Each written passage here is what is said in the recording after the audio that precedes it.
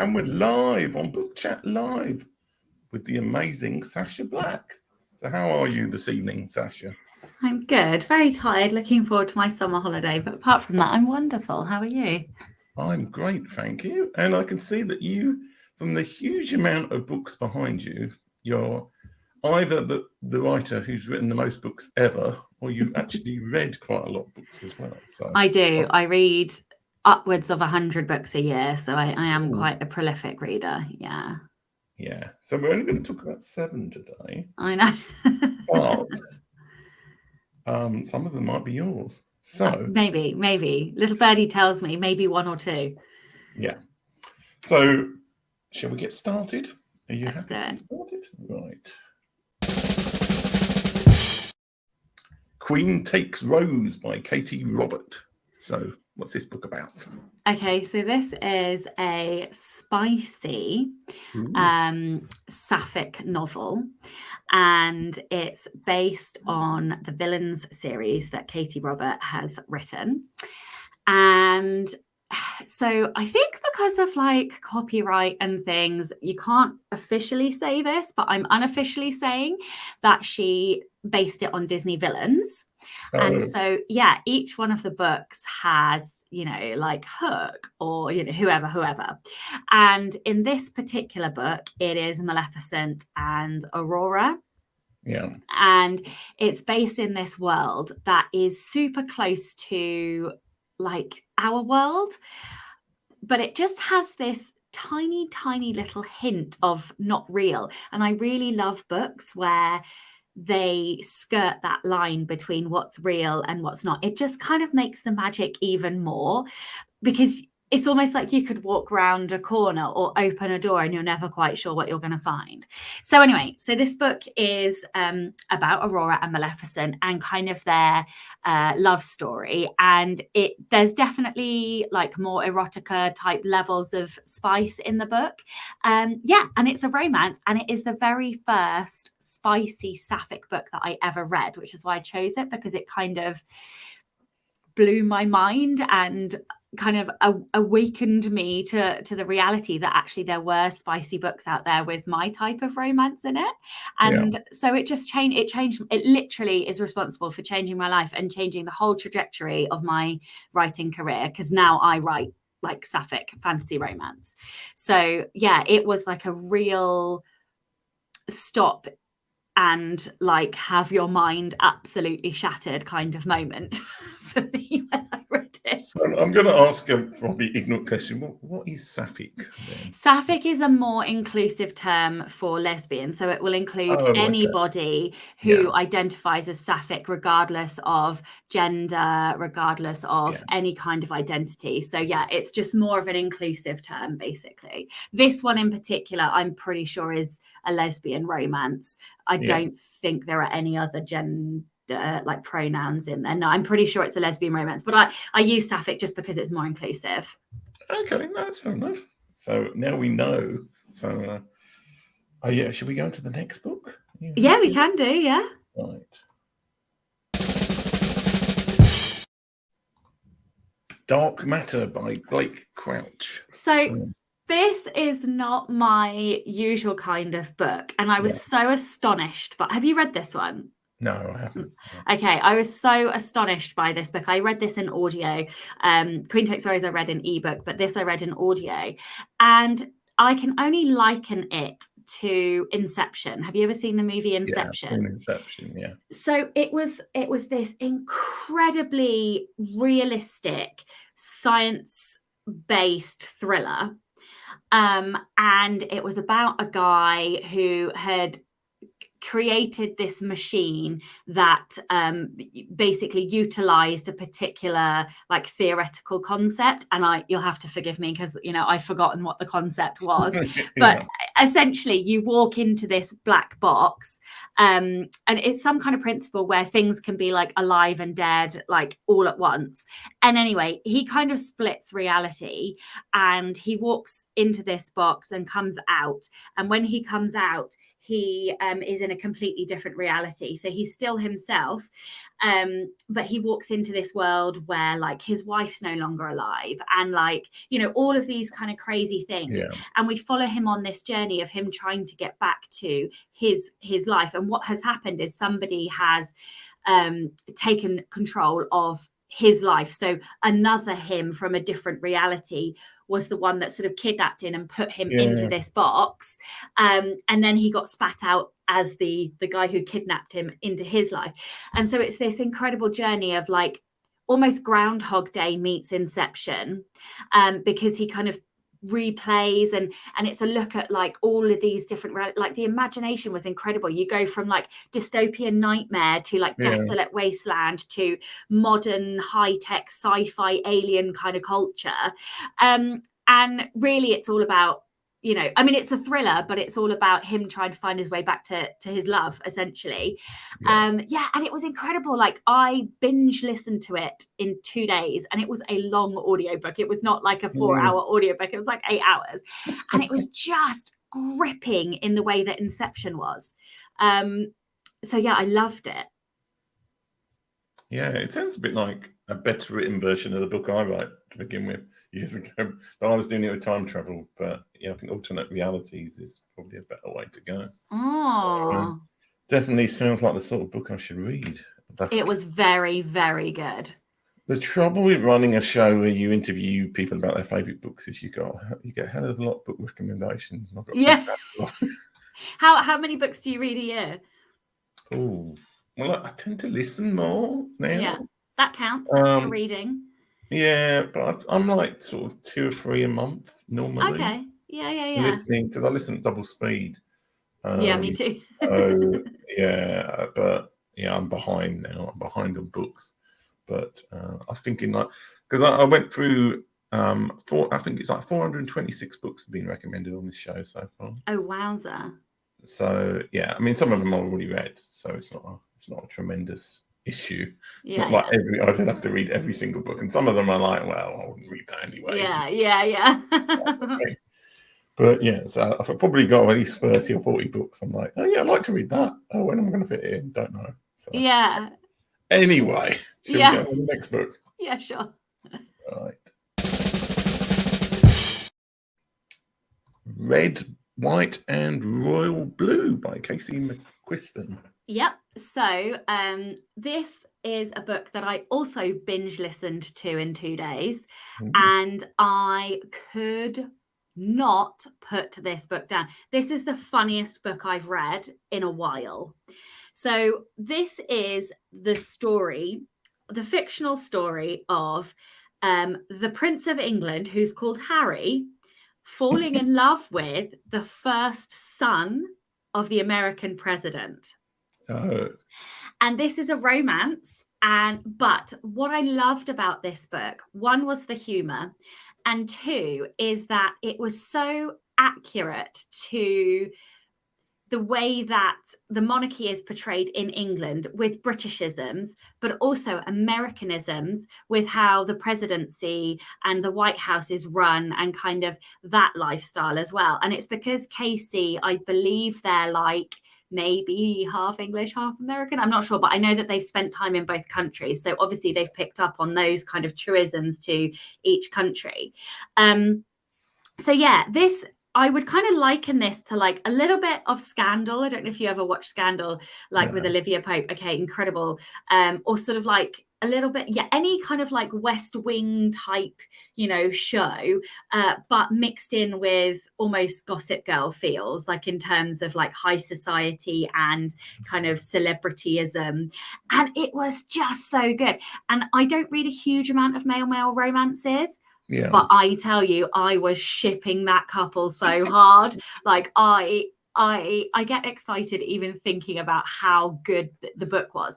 The thing that I love about Katee's writing is that they have this unique ability to add details to characters that are so nuanced. And sometimes, you know, if I tried to do the level of detail that Casey does, I think mine would look like a big clusterfudge, basically. Yeah. And it would look like a 4-year-old had written the story. But the way that Casey does it, they're just so unique and memorable, and it makes them feel so real. And I really would love to like deconstruct it and think about what they do. The other reason I recommended this is because this is being turned into a show that I believe is actually being released this year, I want to say. I can't remember if it's a film, like a Netflix film or Amazon Prime film, or if it's a TV series, but it is coming. Ooh. Well, that's good to know. Sounds. Oh, well, I mean, just the premise of the story sounds like it'll be a good TV. It was so good, like really fun and just like disaster, but like disaster celebrity events kind of things, you know, when they really ought to be behaving themselves. And, you know, and then there was like the press kind of like bombarding them and, you know, like having like falling in love as a celebrity. It was like a really, really accurate portrayal to what I imagine being a celebrity would be like.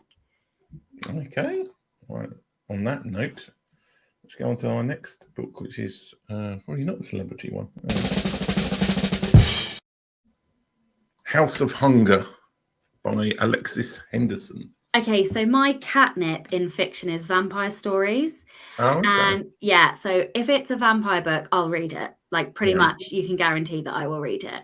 And I have always wanted to write vampire fiction. And for whatever reason, I haven't done it, which is why I've promised myself the next book I do, or the next series I do, is vampires. Anyway, so as part of that, I was researching and I have been binge reading vampire novels. And House of Hunger by Alexis Henderson is incredible. The prose is stunning.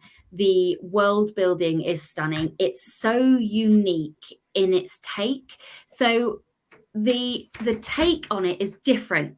So there isn't so much the light situation, although there's kind of like a play on mostly they have parties in the evenings and stuff. But the way that they talk about vampirism is that it's more of a sickness, almost like a virus, and they drink blood in order to prevent themselves from dying. And so that and they have like you know, blood donors, and these girls like get taken to these houses. And this one actually is another sapphic, well, I wouldn't really call it a romance, but there is like a sapphic element in there.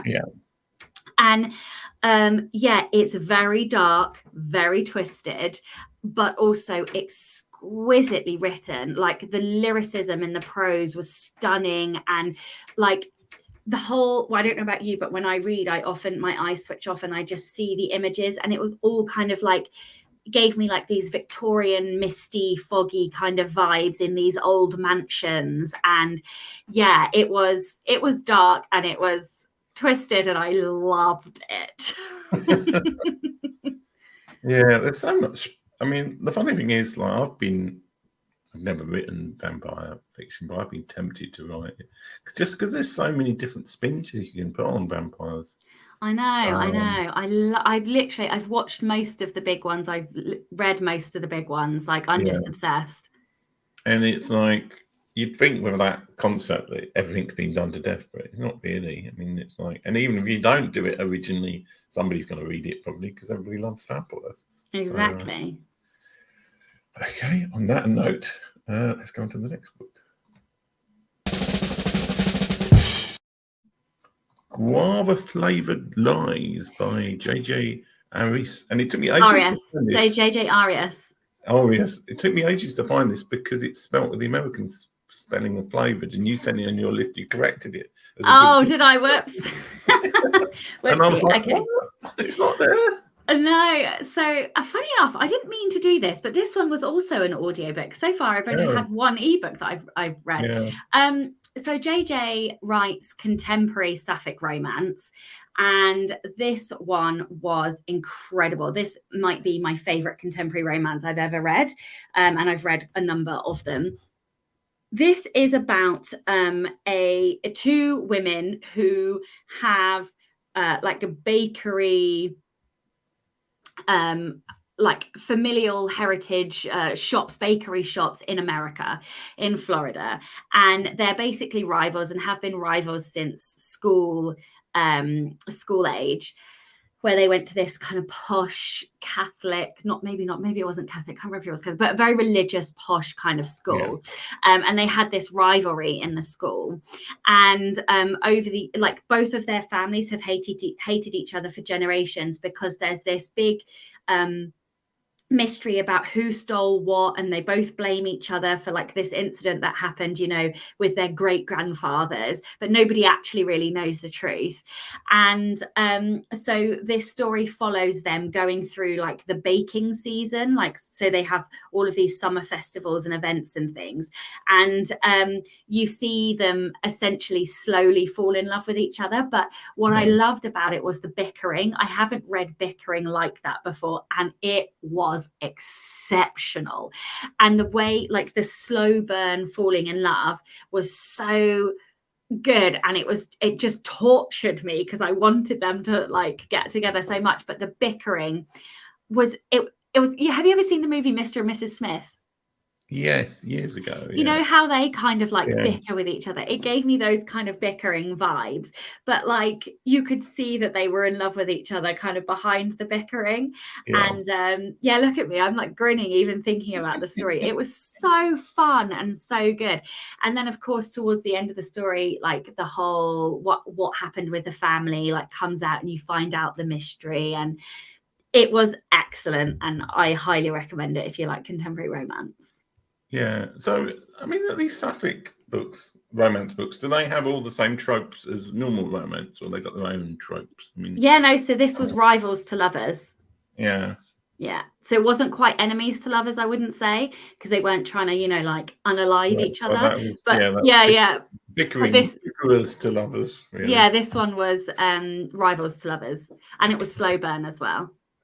Yeah, it's like, I think some of the there's so many sort of tropes to all these books and genres now, and I always struggle to work out what they are. So anyway, on that note, should we get on? We've got a very, very great author as the next book.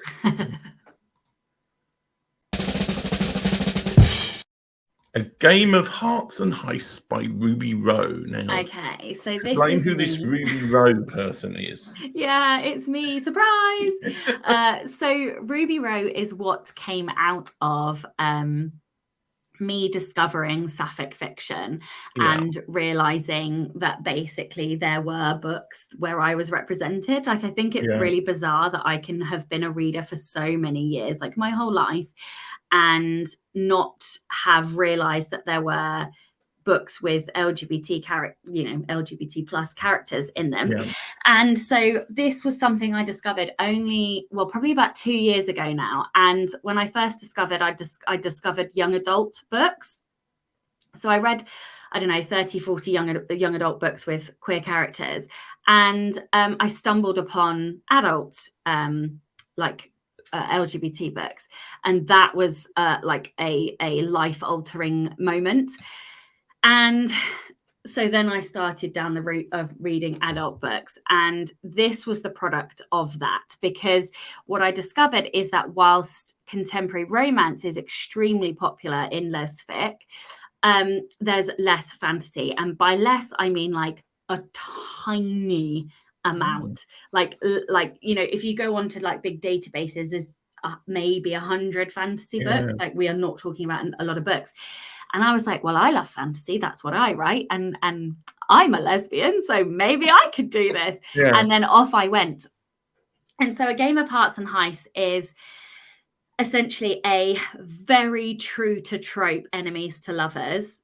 And it's a heist as well. And there's found family in there. So it's about two women, an assassin and a poisoner, who have a long history of arguments and interactions, shall we say, in their past. And they get forced together. So kind of forced proximity in this book, where they are asked to go on a mission for the Queen. And then there's a whole series of secrets that are revealed about how they're interconnected and how their pasts are connected. And it's got a HEA. So I know lots of people, there's like bury a gays trope, but I do not do that. I give my queer characters happy endings. But yeah, so that's this book. Okay. And well, I'm going to ask the question that people would ask. Why Ruby Row? Is that because you think it's a more appropriate name for the genre, or is it because you want to keep your non-fiction away from your fiction? Why the different name? Okay, so a couple of reasons. One is like algorithm massaging, essentially, is to keep the audiences separate. Not because I don't want people to know, but literally to keep the metadata and the algorithm data and the also brought clean on Amazon. And so the pen name is open, so people know that I'm also Ruby Row, and I use my Sacha Black Instagram even to promote Ruby Row. So it's not a closed pen name, but I do it for the algorithm. And the other reason is because under Sacha Black, I had published young adult books, and Ruby Row is very definitely not young adult. It is definitely 18 plus. And so what I decided to do was use a name that I see a lot in lesbian TV shows, TV characters, books, which is Ruby. I see Ruby all of the time. I don't know why. I even knew a real life Ruby who was a lesbian as well. I can't exactly tell you why this is the case, but it is. And then Row is actually my stepfather's surname. Oh, okay. And I love alliteration, and he was the one who encouraged me to write, as he calls it, naughty books. So I was like, I'll write the naughty book if you let me use your name. Yeah. And so Ruby was born. Is it part of a series? Is it the start of a series, or the end, or middle, or? Yeah, kind of. It's what I call an interconnected standalone. So each book is a complete romance, but in this book one, we have found family, and we have a group that conduct this heist. Yeah. And so book 2 is a different character from that group and their romance. And then so book 2 actually is coming out in 2 days. It comes out on Thursday. Yeah. So that's A Game of Romance and Ruin. And then the third book, A Game of Deceit and Desire, should come out in September. And because I'm about halfway through that one now, so that should be out in September. Okay. So people finding this now are going to be in a good position, because they can read this, and then the next book's out almost immediately, isn't it? Yeah, exactly. That's very good timing. I know. And finally, Anatomy of a Bestseller by Sacha Black. Okay, also me. Probably you, yes, I guess. So this is the product of something that I do naturally, which is I deconstruct every book that I read. And what in the indie community, lots of authors talk about writing to market. But when they talk about that, what they do is they talk about the marketing side. So, how do you advertise? How do you check the ranks? How do you know what's doing well? How do you look at the covers? All of this stuff. What nobody does is talk about the craft side of writing to market. Like, how do you do the writing of writing to market? And that's what this book tells you. So I go through 3 steps, which is read, deconstruct, and implement. And I basically teach people how to do what I do naturally. And I didn't know that other people don't do this. I didn't know people don't read every book and they'll find a sentence and deconstruct all the tools that the authors used in that sentence. And it was only when I was talking with patrons about the fact that I do this that they were like, what? Talk to us about this. So began a journey of me talking about it. And then now I do classes where we read the same books, and I teach the book, essentially, teach all the tools that I have found. And one of my patrons created the book cover, handed me the book cover, and was like, please write the book. And so I did. And that is how this book came to life. And even though it's not so The Anatomy of Prose is probably my all-time bestseller. But this one is the one I'm most proud of, because I think it is the one that can change an author's life. If they understand how to break down what the most successful authors are doing in their genre, they can replicate that. And so this is the one that I'm the most proud of, I think.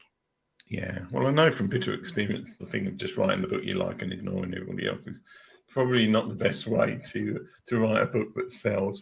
Sometimes it works, but Yeah, but it's very rarely, unfortunately. Yeah. So I'm going to ask you. Well, I asked this question, but I think you might be one of the. But I asked this to everybody, which is, if you had to pick one of these books to give somebody, which book would it be? And you're allowed, in fact, you're almost encouraged to give me a decision, how your decision would be made with the person as to which book to give them. So, what sort of person is it? Is it? Well, that's the thing. Like, well, what kind of questions would you ask to work out which book to give the person? Because some people just say, House of Hunger, for example, that's the best book of this. I'll give that to everybody. But if you had to have a little flow chart and questions that you could ask to determine which book to give, which book would you? How would that process work? So I really enjoy giving book recommendations, Yeah. and I kind of like to make a bold claim that no matter what you like to read, I will find a book that I will have a recommendation for you that you'll enjoy. So my wife is severely dyslexic, and when I met her, she didn't read. And over the years, I have successfully found books that she will read, which is incredible. And I have kind of got her into reading, which I'm really proud of. So I suppose I'd ask, if it's somebody who doesn't read, I'd be like, well, what TV shows do you like? Are there TV series that you've watched? What films do you like? What are your hobbies? Because there are any ways that you can go in. You could, let's say they like football. Okay, do you like romance? Like, do you ever watch chick flick films? Okay, well, let's give you a sports romance. So those are the kinds of questions that I would ask. If I knew nothing about this person and I had to pick one book from them, and I wouldn't pick mine, like on principle, just because I'd like to promote somebody else, then I would probably pick Red, White, and Royal Blue. And the reason for that is that, one, it's funny, and I think we can all connect deeper when we laugh together. Two, it's a queer romance, but it's a very what is the word? Welcoming romance. It's not really sticking in your face. It's not really, that there's a little bit of intimacy, but it's not aggressively intimate, and so it's like a very easy intro into what is like queer romance.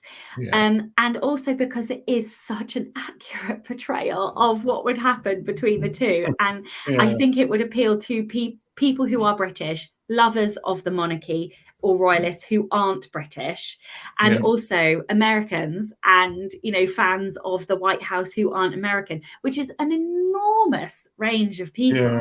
So I think that's probably the most accessible. That's the word I was looking for, like an accessible queer romance. And if you had to, well, given that we're seem to be having a like metaphysical, not metaphysical, we're having a wide-ranging conversation. I suppose that's what I was trying to say. What would you say is, if somebody wants like a challenging read, which is the most challenging of these books to read, in terms of, well, just how hard it is to read, and also like how fulfilling, I suppose, it is? I would say that is a toss-up between Dark Matter and House of Hunger.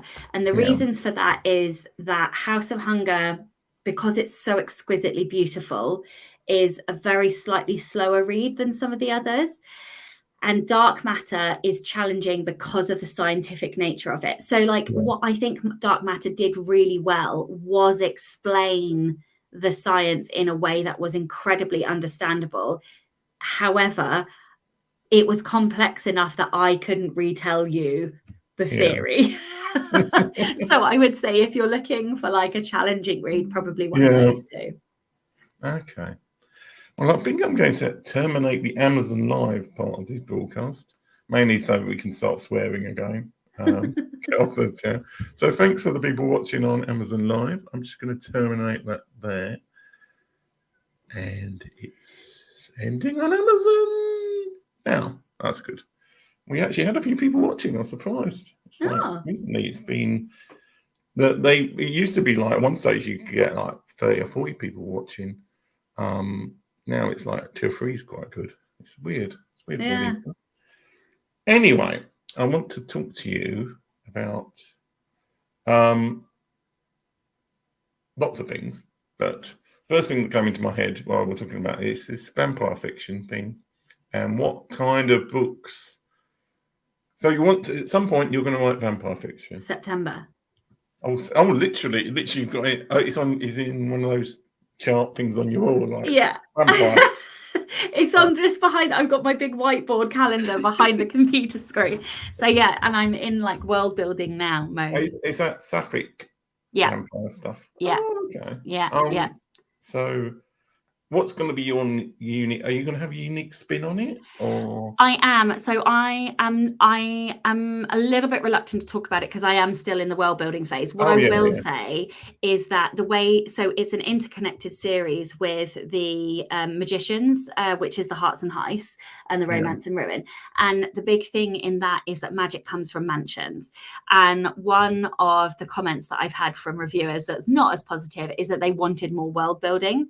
So I've decided to dive into the world building more with the vampire series because they're interconnected. So I've already kind of seeded the city in book 2 that is going to be the city where the vampires are in the new series that I write in September. So one of the cool quirks is that as well as like surviving off of blood themselves, they have to feed the mansion's blood.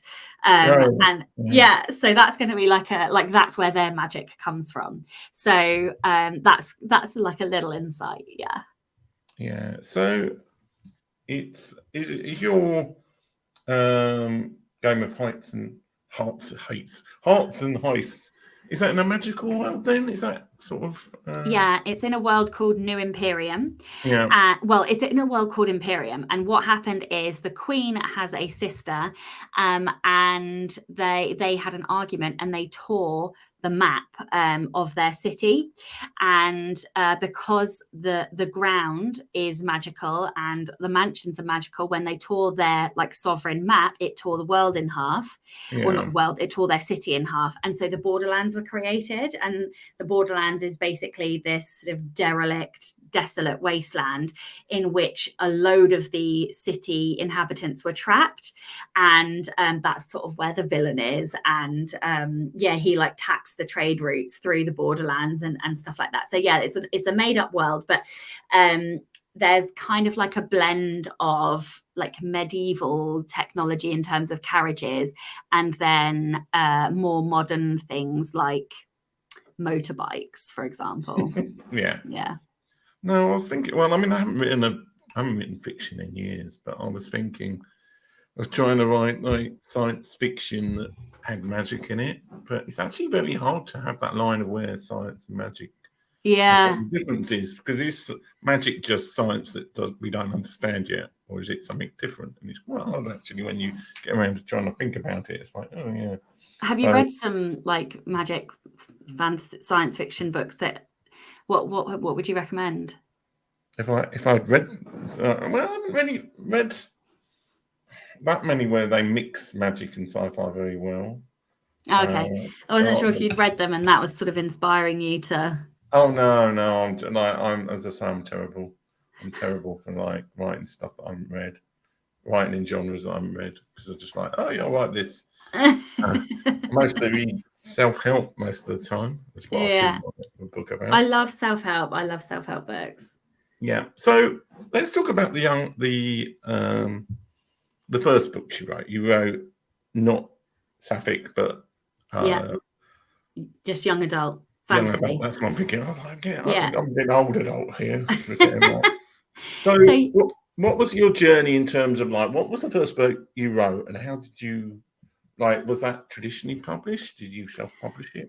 When I started writing, I was like, I want to be traditionally published. And then of course, like you fall into listening to podcasts about writing, and of course everybody listens to Joe. And so I listened to Joe, and there was absolutely no chuffing way that I would ever go traditionally published. Now I say that, and now being a grown-up author, I know better, and I have hybrid deals. So I sell sub-rights, I haven't yet sold, like world English rights yet for a book, but I have got a young adult sapphic book that I am thinking of querying. But in terms of this book, this is just the first book that like I ever wrote, and it is such a debut as well. Like, it's very typical. I made all the mistakes that debuts make, which is I put way too many things into it. Like, I put sirens and shifters, and I put elementals, and like all of these blooming like characters, and it was just too much, and it was too complicated, and I almost went the other way and did way too much world building. That said, I still absolutely love that story and that series, and I kind of go back and reread it for comfort. And so it was a 3-book series. Originally, I thought I was going to write like 7. And then I learned better that I really like new and different, and I just can't write long series. And I made the mistake of not baking in the marketing before I started. So like, you can all write whatever you want to write, but actually you do need to think about tropes, and you need to think about the language in terms of how you're going to be able to talk about that book. And I didn't do that.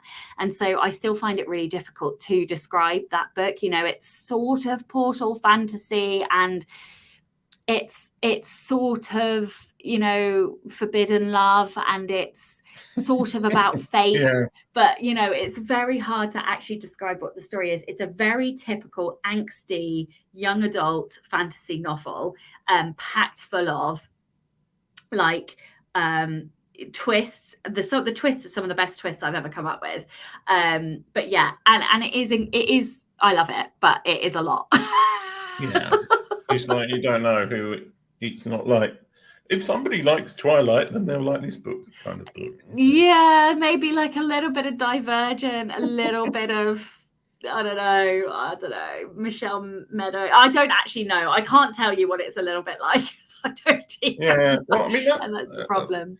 Coming to the wider thing about book marketing, I think there's 2 trends. You can either have something that's so different, but it just works as a different thing, but that's really, really hard, because how are you going to get people to read it? Exactly. But if you say, it's like Divergent or whatever, exactly. that the people who read Divergent will like that book, then that's a hell of a lot easier as a way of selling books than 100%, which is why I'm definitely working differently now.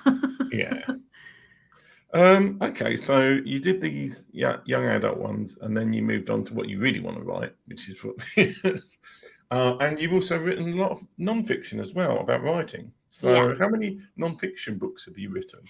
I think I've written 5 textbooks and 4 workbooks, I think. So quite a few now. The first one was on villains, then heroes, then the anatomy of prose, then side characters, then the anatomy of a bestseller. And it all happened because I basically can be senile on occasions, and unless I write down the things that I learn, I'll forget them. So on my own personal journey in writing, one of the first things that I studied was villains, and I shared a few blog posts about villains, and these blog posts got hundreds of thousands of hits. And because of that, I was like, maybe there's a market for this. Maybe people want to know about villains. So I pulled all the blog posts off. I let them stay up there, but I sort of compiled them. And then I went nuts with research. Like, I really dug deep into like what makes a good villain. And I literally compiled it, wrote it in my sassiest, sweariest, like cheekiest voice. And then I hit publish. And it's funny because I look back now and I cringe a little bit at the writing style.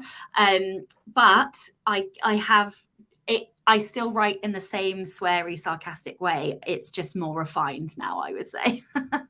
But and that's how it came about. And then I did one, and it sold well enough that I was like, maybe I could make some money here. And so I just continued to share everything that I've learned. So, as well as being an author and you writing stuff and writing fiction, presumably, therefore, can people hire you for sort of writing sessions and help with writing and that kind of stuff? What other stuff do you do that people might be interested in? Yeah, I used to be a developmental editor. I'm a certified fictionary story coach. In fact, I'm the world's first certified fictionary story coach. Yeah. So if you like fictionary, like which helps you, software that helps you do developmental editing, highly recommend it. But I stopped doing that because what I found is I couldn't edit for other people and write my own stuff. And I'm not an editor, well, I was, but that's not what I want to do. What I wanted to do was write my own stuff. So I stopped editing. I do consults, but very rarely. But other things that I do is I have courses, and funnily enough, I've blocked the whole of August because I've got about 17 courses that I've already got slide decks for that I haven't filmed and recorded. So that's what I'm going to be doing in August. I do have a couple published already, but there will be a lot more coming this fall. And I, what else do I do? I have my podcast, and I do a little bit of freelance work for the Alliance for Independent Authors. And I have my Patreon. So my Patreon is still current. And as I mentioned earlier, we, depending on what level you're at, I run quarterly masterclasses. And so we quite often pick a trope, and then I will find 2 books that like work with that trope. We'll read the books together. We'll do a movie night that's also that trope. We'll watch the movie all together. And then I present a class breaking down that trope and how to do that trope. And then I basically deconstruct both the books to pull out all of the tools to help you create a really solid trope, and show you how to put that into your own work. So I do that as well. Okay, and what's the podcast? You mentioned the podcast is the Rebel Author Podcast. Ooh, and that's available, all good podcasts. Yeah. Is it on YouTube or is it? It is on YouTube, but it's flat video, so it's a static image with the audio over the top. I don't do video because I mean, it's like YouTube are now nominally supporting podcasts, so there is some talk that they might get rid of the nominal support, but you can add things into a podcast. This is now supported as a podcast in the US, apparently. Actually allow this as a podcast on the YouTube Music app, but I don't know if it works because I'm not a US based YouTube user, and even when I was in the US, it's like it wouldn't let me even with VPNs because I've got a UK account. So I don't know. But at some point, they might roll it out to the UK so we can listen to the audio of podcasts on YouTube. So Okay, well, I think we've talked about most things. Let me ask you. I'll ask you a weird question because I like asking people this question. If you had to describe yourself using 3 animals, what 3 animals would you pick? 3 animals. Yeah. Oh my God. 3 animals. Okay, well, the first one that came into my mind was a black panther. Oh, okay. Yeah, and the reason for that is I'm cat crazy. Every generation in my family is cat crazy. It's literally a genetic trait. My grandmother looks after 30 street cats. My great-grandmother had 300 kittens.